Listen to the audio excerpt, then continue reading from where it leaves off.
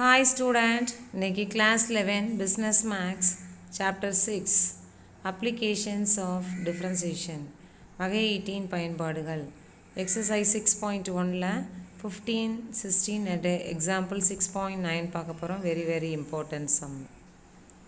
சரிங்களா?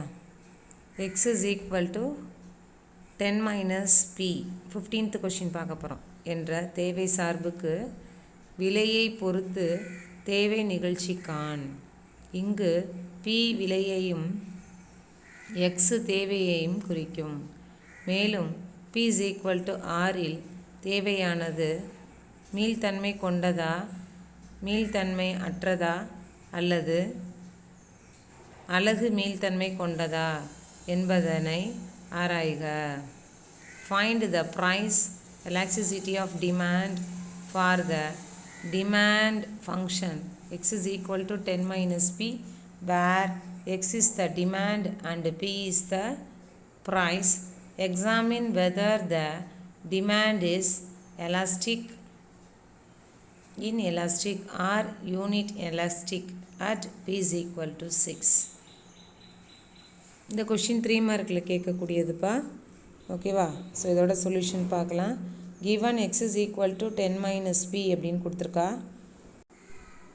given என்ன கொடுத்துருக்கா? 10 minus p x is equal to 10 minus p அப்படின்னு கொடுத்துருக்காங்க. இதை differentiate with respect to p பண்ணுறோம். So dx by dp is equal to 10 differentiate பண்ணால் 0, அப்புறம் மைனஸ் போட்டுருங்க, பியை differentiate பண்ணால் 1, அதாவது மைனஸ் பின்னு இருக்குது, அதனால் -1. So dx by dp is equal to -1 அப்படின்னு இருக்கு. ஸோ elasticity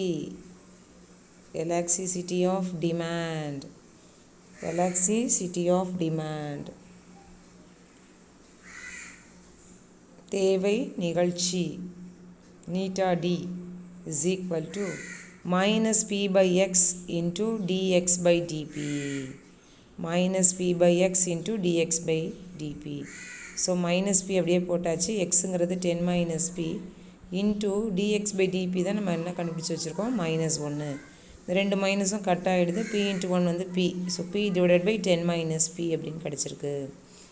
கொஷினில் பியோட வேல்யூ கொடுத்துருக்கா 6ன்னு. இதை வந்து நீட்டாக டியில் கொண்டு போய் போடுவோம். p டிவைடட் பை 10 மைனஸ் பின்னு இருக்கா. So 6 divided by 10 minus 6. So நீட்டா d is equal to 6 divided by 10 minus 6 வந்து 4. இதை டிவைட் பண்ணுறச்சு நமக்கு 1.5 கிடைக்குது. இதுக்கு நீங்கள் மாடுலஸ் அப்ளை பண்ணும் பொழுது மாடுலஸ் ஆஃப் நீட்டா டியோட வேல்யூ வந்து 1.5. இது வந்து கிரேட்டர் தென் 1 விட அதிகமாக இருக்குது. புரியுதுங்களா? அதனால் இது மீள்தன்மை கொண்டது. புரியுதுங்களா? ஸோ இதோடைய ஆன்சர் வந்து கிரேட்டர் தென் 1 இருந்துச்சுன்னா, 1 விட அதிகமாக இருந்துச்சுன்னா நீட்டா டிங்கிறது மீள்தன்மை கொண்டது. இங்கிலீஷில் வந்து நீட்டா டி இஸ் எலாஸ்டிக் அப்படின்னு சொல்லிடுறோம். புரியுதுங்களா? அடுத்தது 16th ஒன் பாருங்கள். பின்வரும் தேவை மற்றும் அளிப்பு சார்புகளை கொண்டு அதன் சமநிலை விலை மற்றும் சமநிலை அளவு காண்க.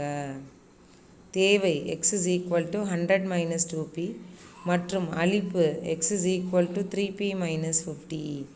Find the equilibrium price and equilibrium quantity for the following functions. Demand equal to x is equal to 100 minus 2p and supply x is equal to 3p minus 50. Equilibrium அப்படின்னாலே demand equal to supply. ஓகேவா? தேவை equal to அளிப்பு, தேவை equal to அளிப்பு ரெண்டுமே நமக்கு கொடுத்துருக்காங்க.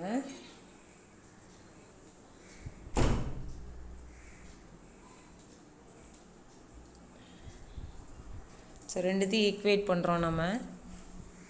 ஏன்னா ரெண்டுமே எக்ஸ் இஸ் ஈக்குவல்ட்டுன்னு இருக்கா, ரெண்டுத்தோட லெஃப்ட்டும் ஈக்குவலாக இருக்குது, அதனால் ரைட்டை ஈக்குவேட் பண்ணிடலாம். ஸோ தேவை ஈக்குவல் டு அளிப்பு, டிமாண்ட் ஈக்குவல் டு சப்ளை. இதெல்லாம் 3 மார்க் கொஷின்ப்பா. 3 மார்க் இல்லைன்னா 2 மார்க்கில் கேட்கக்கூடியது. ஸோ 100 அப்படியே வச்சுக்கோங்க. இந்த 50 இங்கிட்ட வரச்ச ப்ளஸ் ஆகிடும். is equal to 3p. இந்த minus 2p அங்கிட்டு போகிறச்ச plus 2p மாறிடுமா. So left hand side add பண்ணும்போது 150, இங்கே 3p plus 2p வந்து 5p. So 150 divided by 5 equal to p.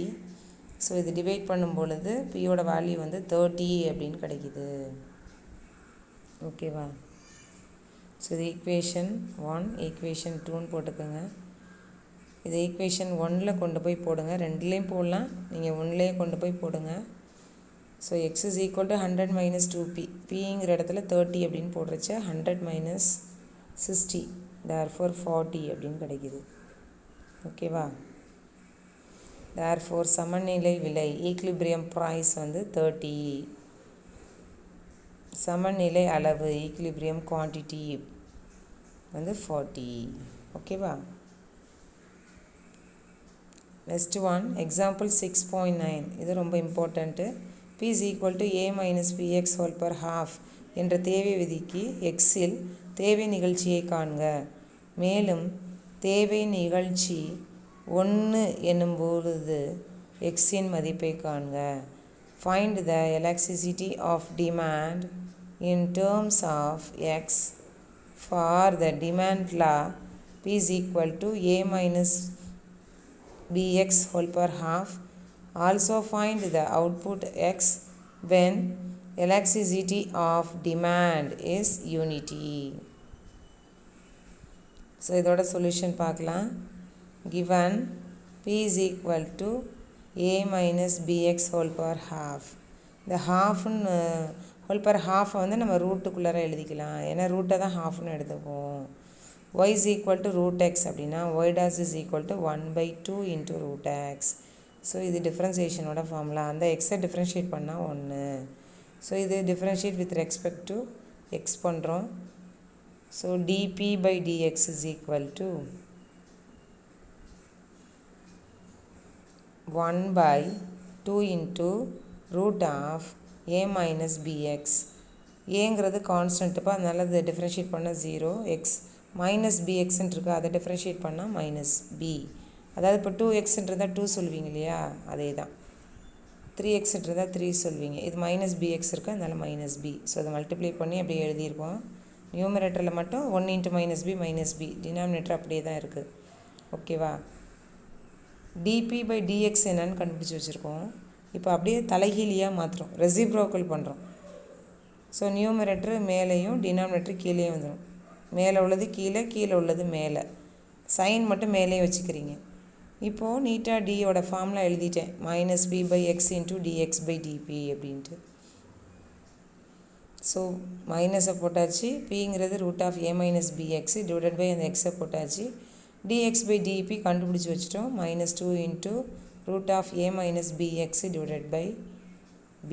இந்த மைனஸும் மைனஸும் கட் ஆகிடும், சரியா. அப்புறம் 2 into ரூட்டுக்குள்ளார ஒரே மாதிரி இருந்துச்சு அப்படின்னா ஒரு தடவை எழுதினா போதும். ரூட் எக்ஸ் இன்ட்டு ரூட் எக்ஸ்னால் x. So root of a minus bx into root of a minus bxனால் a minus bx தான். இன்ட்டு ஒரு 2 இருக்குது, அதை போட்டாச்சு. கீழே எக்ஸு பி இருக்குது, அதை மல்டிப்ளை பண்ணால் பிஎக்ஸு. ஸோ நீட்டாக டி என்ன அப்படின்னு கண்டுபிடிச்சி வச்சிட்டோம். அப்புறம் தேவை நிகழ்ச்சி 1 என்னும் பொழுது எக்ஸின் மதிப்பு காண்க. The electricity of demand is unity அப்படின்னு சொல்லி கொடுத்துருக்கா இல்லையா. ஸோ நீட்டாக டியோடைய ஆன்சர் வந்து 1 அப்படின்னு கொடுத்துட்டாங்க. ஸோ இந்த ஈக்குவேஷனில் கொண்டு போய் நீட்டாக டிங்கிற இடத்துல 1ன்னு போட்டிங்கன்னா நமக்கு எக்ஸ் என்னன்னு கண்டுபிடிச்சிடலாம். ஸோ 1ன்னு போட்டு இப்போ கிராஸ் பண்ணுறோம். So bx is equal to 2 into a minus bx. இந்த 2வை உள்ளே விட்டு மல்டிப்ளை பண்ணிங்கன்னா 2a minus 2bx. இந்த மைனஸ் 2bx இங்கிட்டு வரைச்சு ப்ளஸ் 2bxஆக மாறிடும். So bx plus 2bx is equal to 2a. So 3bx is equal to 2a. So x is equal to 2a divided by 3b. Video பிடிச்சிருந்தா like பண்ணுங்கள், share பண்ணுங்கள், subscribe பண்ணுங்கள், comment பண்ணுங்கள். Okay, thank you students.